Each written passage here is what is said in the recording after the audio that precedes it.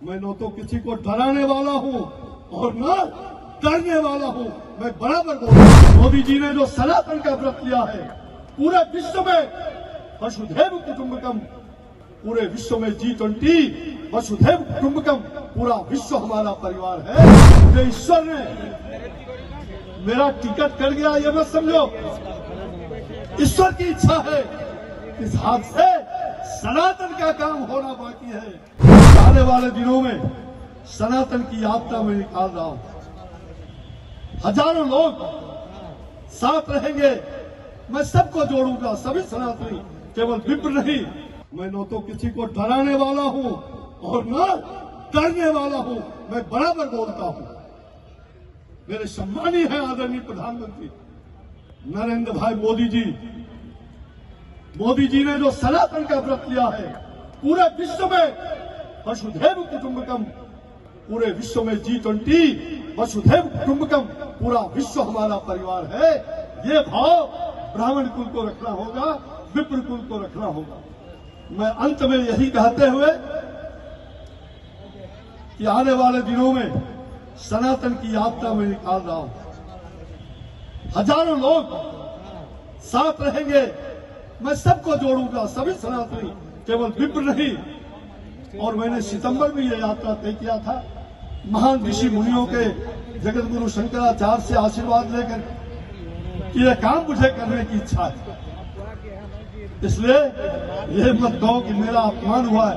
मुझे ईश्वर ने मेरा टिकट कर गया ये मत समझो, ईश्वर की इच्छा है। इस हाथ से सनातन का काम होना बाकी है। तभी तो श्री केदारनाथ की भूमि से मैं 100 परिवार, 16 लोगों में से 8, मैं, मेरी पत्नी, दोनों बच्चे, दोनों बेटे वहां से निकल के आ पाए। मैं यही आपसे हाथ जोड़ के प्रार्थना करता हूं, आज्ञा करता हूं, विनंती करता हूं, निवेदन करता हूं। मेरे विप्र भाइयों, मेरे ब्राह्मण कुल के परशुराम और चाणक्य के वंशजों, कभी मत डरो और न डराओ, न डराओ। लेकिन एक बात जरूर करो, संस्कार को मत भूलो। अगर संस्कार रहेगा तो ब्राह्मण देवो भव कहलाएगा। संस्कार नहीं रहेगा तो आप चमचागिरी करते जाओगे, कोई पद भी नहीं मिलेगा और प्रतिष्ठा और सम्मान से ही आपका चला जाएगा। इसलिए प्रतिष्ठा और सम्मान के लिए आप हाथ उठाओ कि हम अपना प्रतिष्ठा और सम्मान बना के रखेंगे ना। जोरदार जय हो।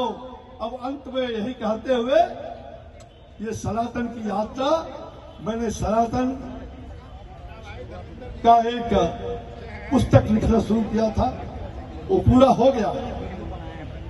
सनातन संघ भारत, और उसकी यात्रा निकाल रहा हूं जो सितंबर में निकालना था। वो इसी महीने में, जनवरी के बाद फरवरी में महाकुंभ की प्रतीक्षा हो रही है। ऋषि मुनियों ने कहा महाकुंभ होने दीजिए और उसके साथ साथ आप यात्रा निकालो।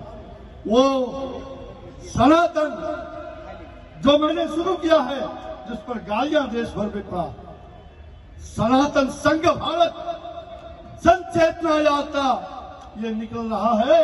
आप सभी आशीर्वाद देंगे, ऐसी आकांक्षा है। और उनके अवसर पर सनातन संघ भारत, जो रामायण रिसर्च काउंसिल की ओर से श्री राम कर्मभूमि न्यास के आशीर्वाद से वो पुस्तक, उसका विमोचन हुई और एक ग्रंथ तैयार हुआ है, जिसको प्रधानमंत्री नरेंद्र भाई मोदी जी वो समय देने वाले हैं। उनके मार्गदर्शन पर कि श्री राम के 500 वर्षों का ग्रंथ तैयार हो चुका है रामायण रिसर्च काउंसिल के द्वारा।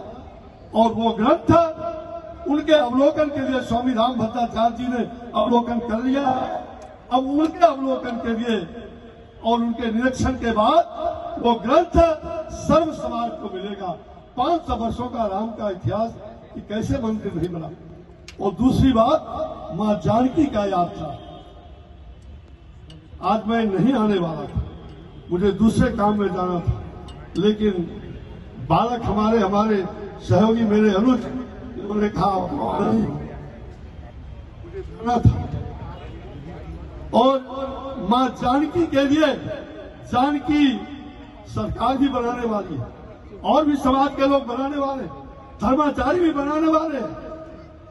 लेकिन रामायण रिसर्च काउंसिल, जिसका मैं मुख्य संरक्षक, नलखेड़ा बाबा बाम, उनके आशीर्वाद से प्रधानमंत्री जी ने उसकी सहमति दे दी है, और जल्द ही सीता मंदिर और जनकपुर धाम को एक जानकी परिपथ, जिसको मैंने जानकी सर्किट कह करके गडकरी जी से जानकी सर्किट का रथ वो करवाने का काम किया, जिसको सदन में भी उन्होंने हमारे नाम से वो घोषित किया।